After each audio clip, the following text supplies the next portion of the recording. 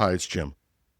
If you're one of those people who likes to read to keep up, the next announcement is for you. By the way, this is not a paid announcement. This is just me pitching in to help a publisher who specializes in cybersecurity publications. Hi, my name is Dan Swanson. I'm with Dan Swanson and Associates. I've been a series editor for a CRC Press series for going on 10 years now. We're doing books in the security audit and leadership space. We're approaching 100 books next month, and we've got a wide variety of authors, practitioners, professors, and other people that are giving back to the community. And you've got a special package deal that our listeners can take advantage of?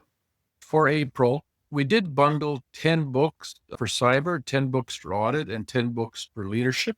And those packages are on the website, and they provide a very low cost way of getting up to speed on all three important topics.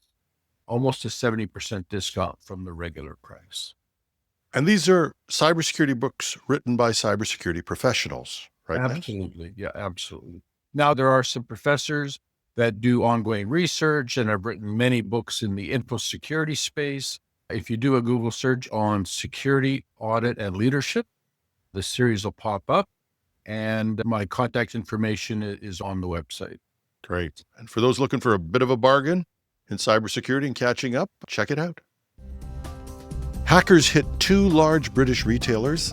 Apple issues spyware alerts to users in 100 countries. A fake security tool opens backdoors in WordPress, and a group of cybersecurity professionals issues an open letter in support of Chris Krebs. This is Cybersecurity Today. I'm your host, Jim Love. 2 major UK retailers are under digital siege.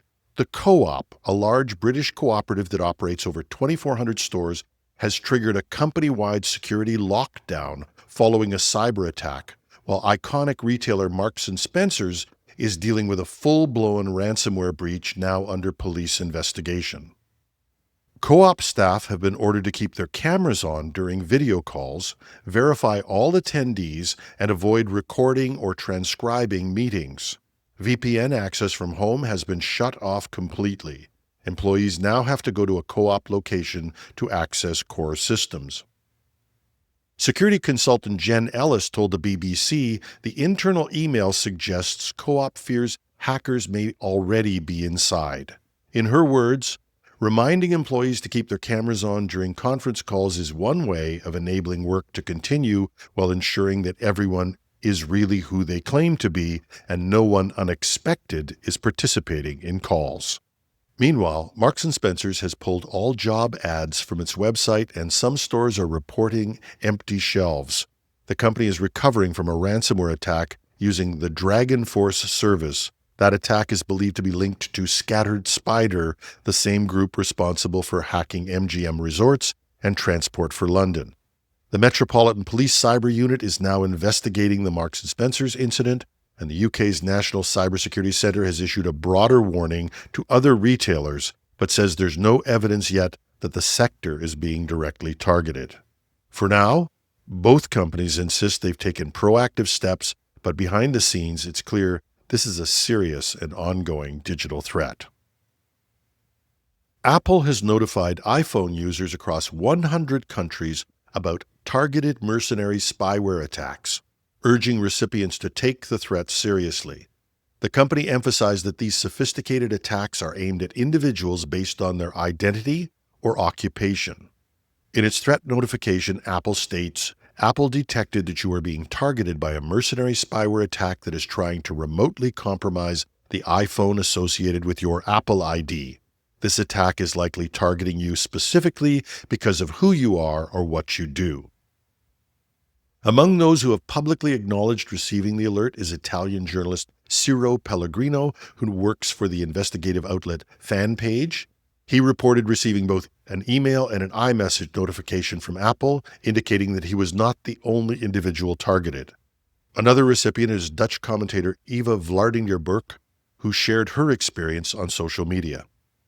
Apple's threat notifications are part of its ongoing efforts to inform and assist users who may have been individually targeted by mercenary spyware attacks. These attacks are notably complex and costly, often associated with state actors or private companies developing spyware on their behalf, such as the NSO Group's Pegasus software.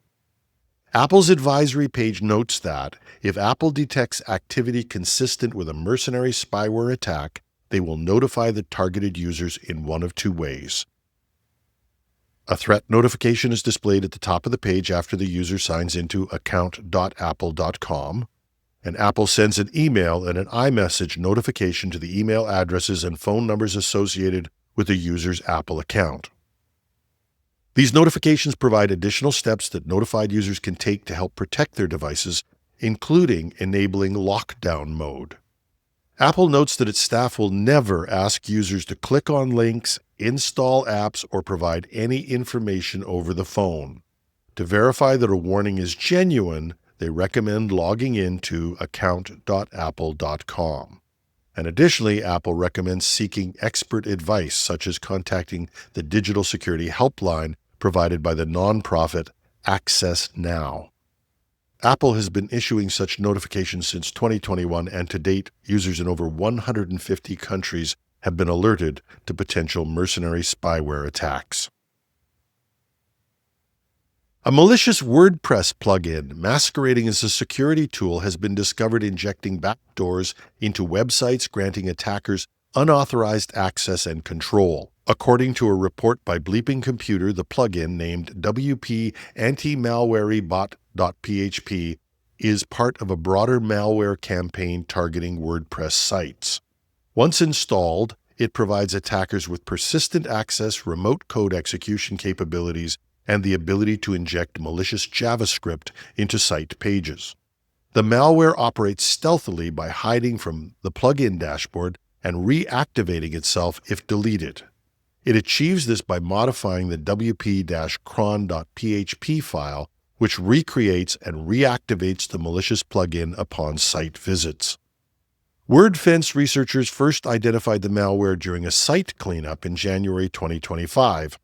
They noted that the plugin registers an unauthenticated custom REST API route, allowing attackers to insert arbitrary PHP code into active theme files and perform other malicious actions. The command and control server associated with this malware is located in Cyprus, and the campaign shares similarities with a supply chain attack from July 2024. The recommendations for WordPress site administrators are to inspect the wp-cron.php and header.php files for any unauthorized modifications. Monitor access logs for suspicious parameters like emergency_login and check_plugin. Regularly update all plugins and themes to their latest versions, implement strong authentication measures including two-factor authentication, and of course, utilize reputable security plugins and services to scan for vulnerabilities. A coalition of cybersecurity professionals and organizations, including the Electronic Frontier Foundation, has issued an open letter urging President Donald Trump to cease his ongoing investigation into former Cybersecurity and Infrastructure Security Agency Director Krebs. The letter contends that the president's actions amount to political retaliation, undermining both national security and the integrity of the cybersecurity profession. The signatories express concerns that targeting Krebs and his most recent employer, cybersecurity firm SentinelOne, sets a dangerous precedent. They argue that such actions signal to cybersecurity professionals that presenting findings contrary to political narratives could jeopardize their careers.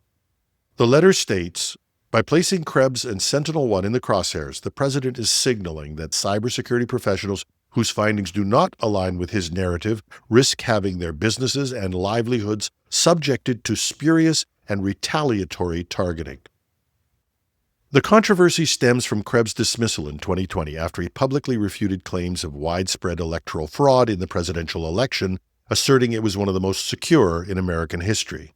In April 2025, the White House issued a memorandum ordering a criminal investigation into Krebs, accusing him of abusing his role at CISA to conceal evidence of election rigging and alleging collusion with social media companies to suppress dissenting views during the COVID-19 pandemic. The memo also revoked security clearances for both Krebs and SentinelOne. Krebs's global entry privileges, which allow easier clearance at airports for international travel, have also been revoked. In response to these developments, Krebs resigned from his position at SentinelOne, stating that he needed to focus entirely on addressing the challenges posed by the investigation. The open letter concludes by underscoring the importance of an independent cybersecurity community. An independent InfoSec community is fundamental to protecting our democracy and to the profession itself. It is only by allowing us to do our jobs and report truthfully on systems in an impartial and factual way without fear of political retribution that we can hope to secure those systems. Now, while this letter is a step forward, at least when we reviewed it, not one large security company was willing to step forward. And while this isn't an indictment of those companies who have a duty to their shareholders, it does note that the U.S. government may no longer have any independent, objective advisors operating in cybersecurity. The motto of the Washington Post, itself criticized for knuckling under to government pressure, was "Democracy dies in darkness." Potentially, so does cybersecurity. And that's our show. This weekend, we have our roving correspondent, David Shipley, who will take us all through the B-side and RSA shows. If you couldn't make it to those shows, join us Saturday morning or whenever you listen to long-form podcasts. I'm your host, Jim Love. Thanks for listening.